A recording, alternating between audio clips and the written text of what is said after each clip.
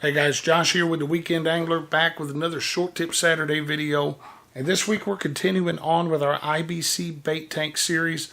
By the time we're done today, this thing's going to actually start to look like a bait tank. So stick around.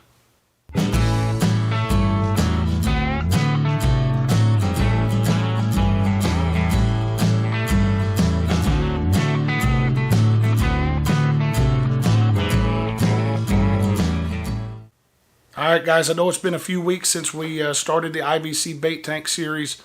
It really wasn't my intention to have such a gap in it, but right after I did the first video I kind of fell under the weather. And as you can tell, I still really haven't gotten my voice 100% back. But I feel better, and I want to get out here and work on this bait tank. Now in the first video of the series, we put together a new drain for the bait tank that allows us to connect a garden hose and drain our tank out away from the garage or wherever we're at. Today we're going to be working on making the bait tank look like a bait tank.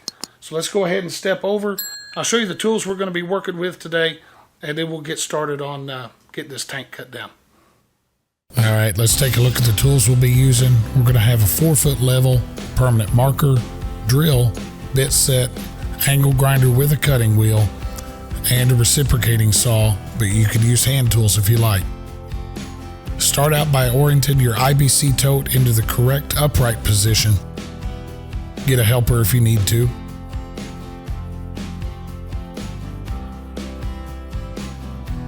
To remove the plastic tote from the frame, the retaining bars must be disconnected.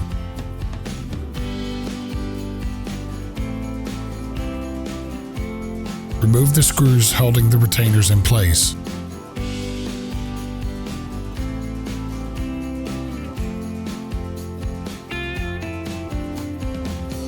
Store the screws in a safe place. They will be used later in the project.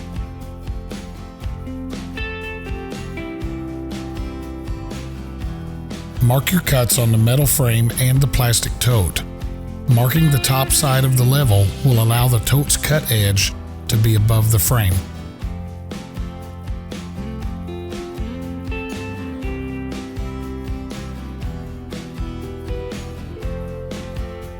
Remove the plastic tote from the metal frame.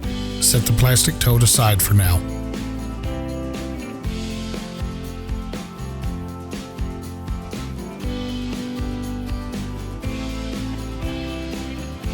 Use the angle grinder with a cutoff wheel to cut and remove the marked section of the frame. It's a good idea to wear safety glasses while working with the grinder.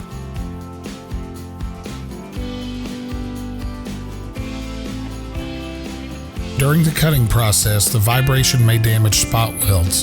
If this happens, they must be repaired before proceeding.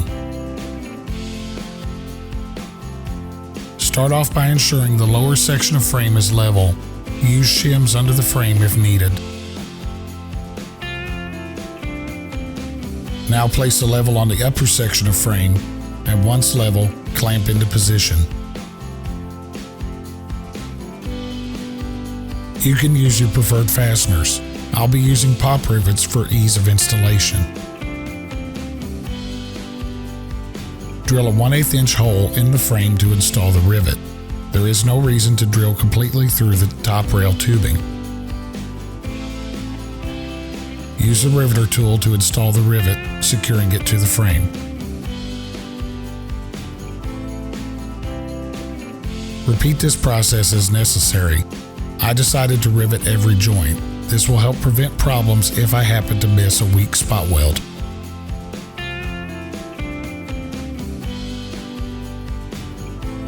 We can now move the frame aside and bring the tote to the work area. The angle grinder is not the best choice to cut plastic.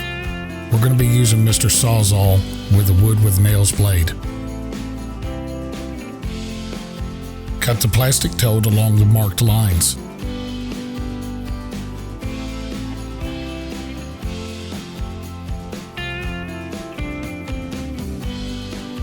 Place the tote back inside the frame assembly.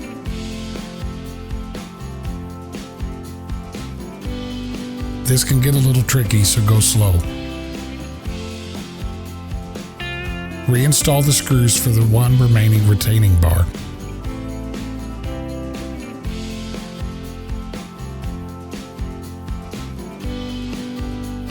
Measure the width of the frame to determine the filter shelf length.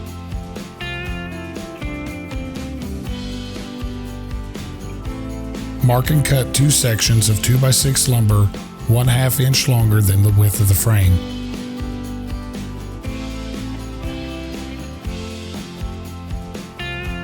Position each shelf board against the edge of the retainer bar.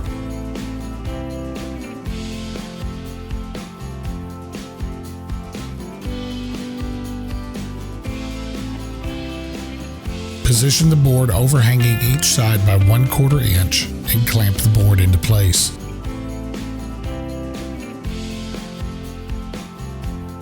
Now drill a 1/4 inch hole completely through the board and the top rail tubing.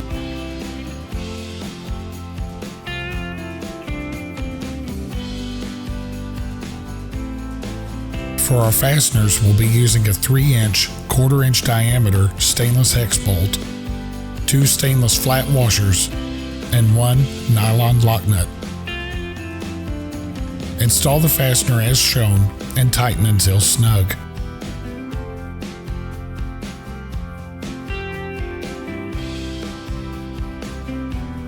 Repeat this process until each board is held by 4 bolts, 2 on each side.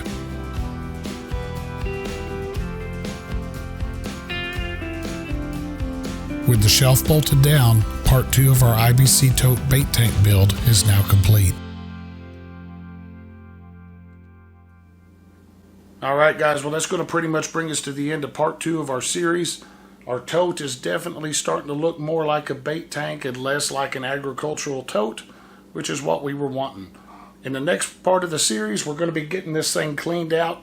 That way we don't have any harmful materials that's going to hurt our fish when we start putting them in. We're also going to start working on the filtration system. We've got a couple different methods of filtration that we're going to be doing on this bait tank to help keep the water clean and keep the fish alive, since we're going to have a lot of fish in this tank. So guys, I hope you enjoyed the video. If it helped you out, please take a moment, give it that thumbs up button. If you're new to the channel, checking me out for the first time, guys, I try to post a fishing or boating related DIY video every week. So if that's something you're interested in, hit that subscribe button along with that little bell right there next to it. That way you don't miss any videos. Guys, thanks for hanging out with me. I hope you enjoyed the video today. Look forward to seeing you all next week.